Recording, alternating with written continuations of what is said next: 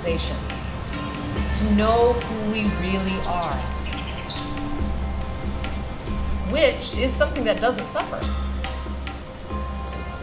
So the Yoga Sutra calls this the center of consciousness, or Purusha. The Bhagavad Gita called this Krishna. Did you pick up on that? Did you pick up on when Krishna was speaking to Arjuna, it's like the center of your consciousness trying to speak to you. Did you get that? That took me years to get. If you got that right away, you're a step ahead of where I was. It took me a long time to transfer out of my Judeo-Christian upbringing with this idea that God is a concept outside of myself, that love and divinity is somewhere in heaven or in the sky, but it's not in here. So when we hear Krishna talking to Arjuna, what we are to start to understand is that this is the center of our own consciousness. This is the divinity residing within us, speaking to the parts of us that suffer. It's an illusion, it's a sheath, it's a temporary thing. It's temporary. The field and the knower of the field.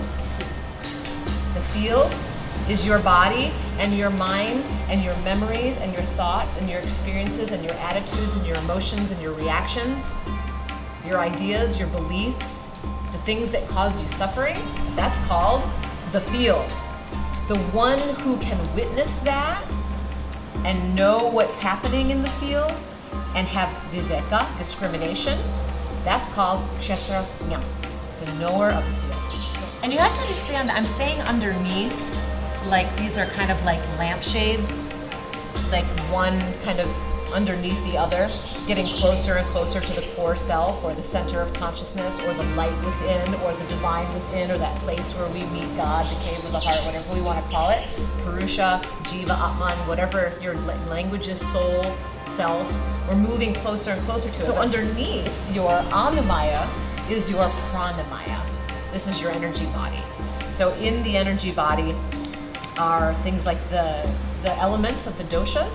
So the Manomaya kosha, manas means mind. Manomaya kosha means mind. So this is your thinking, everyday mind. Thoughts, feelings, just judgments that are just kind of snap or habitual. So you have memories. You have a storehouse of impressions and memories. And those impressions and memories kind of lead you to see the world in a certain way and believe that certain things are happening when they're happening, right? But the exact same thing could happen to me and Jerry, and we might have a completely different experience based on our own belief system. Your mind follows certain ways of thinking because it has thought that way or experienced that way before. So we're making these associations all the time, and we're feeling certain ways habitually. All of our habits, our thoughts, those kind of daily thoughts are in your Manomaya kosha. Jnanamaya. Jnanamaya kosha. It's simply just to be witnessing things without judging them or reacting to them, but to take a step back and to have some more spaciousness around what you're thinking, to look at your own thoughts, to look at the sensations in your body, to look at the emotions and try to name them. And as we name them, we take distance from them. As we take distance from them, where we're going is deeper toward the center of our own consciousness. You're stepping back from being blended with the dramas, or I so identified with the feelings or the sensations or the thoughts, and we're now starting to come to a more witnessing consciousness. And so the Jnanamaya kosha is something a little bit more than that. If you think about the soul at the center of consciousness as a light, and all of these sheaths or koshas around it are lampshades. So the lampshades are reflecting more and more of the light of the soul as we get closer and closer to it. Soul doesn't know that it's blissful. Soul doesn't know, it has no coloring. It has no coloring. No coloring of joy, no coloring of sadness. It is not an emotional, reactive place. Soul is pure consciousness. It is the center of consciousness. It is divinity itself. It is so far transcendent beyond any human emotion that we could use any language to try to describe. It is indescribable. It is the perfect beyond the perfect that we cannot discuss, really. We can't even talk about it. There's no words to talk about it.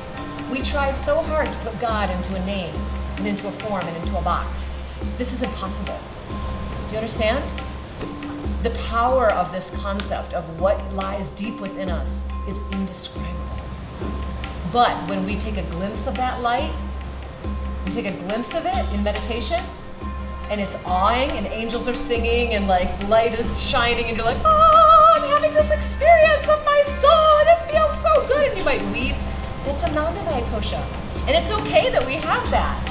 It's beautiful that we have that we get to have that experience of feeling the joy of that. But it's still not the soul to feel the joy of that. That's why it's called illusion. Ananda illusion. Blissful illusion, but illusion nonetheless.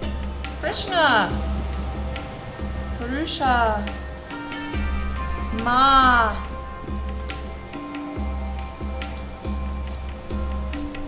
The mother, the divine mother.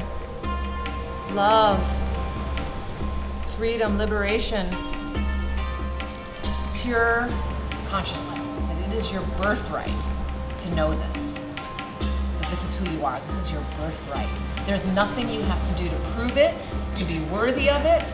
We suffer because we don't know this. This is why we suffer. Because we think we are all of this illusion. We suffer because we think we don't know that we were ever separate from the divine to begin with. We suffer because we feel separate. We feel existentially alone in the universe. And that is so painful that every time we lose a loved one, every time we hurt somehow, there's some great loss, someone breaks our heart, cheats on us, like, you know, something terrible happens, we feel left, we feel abandoned, we feel totally alone. And it hurts so much. Nothing hurts worse than that feeling of suffering alone. You picking up what I'm putting down? Yoga says this is a lie. You are never alone. That is called avidya. Your suffering is because you don't understand the truth that this is who you really are. You are one with Krishna. Krishna says, those who seek me find me. I'm waiting right here for you.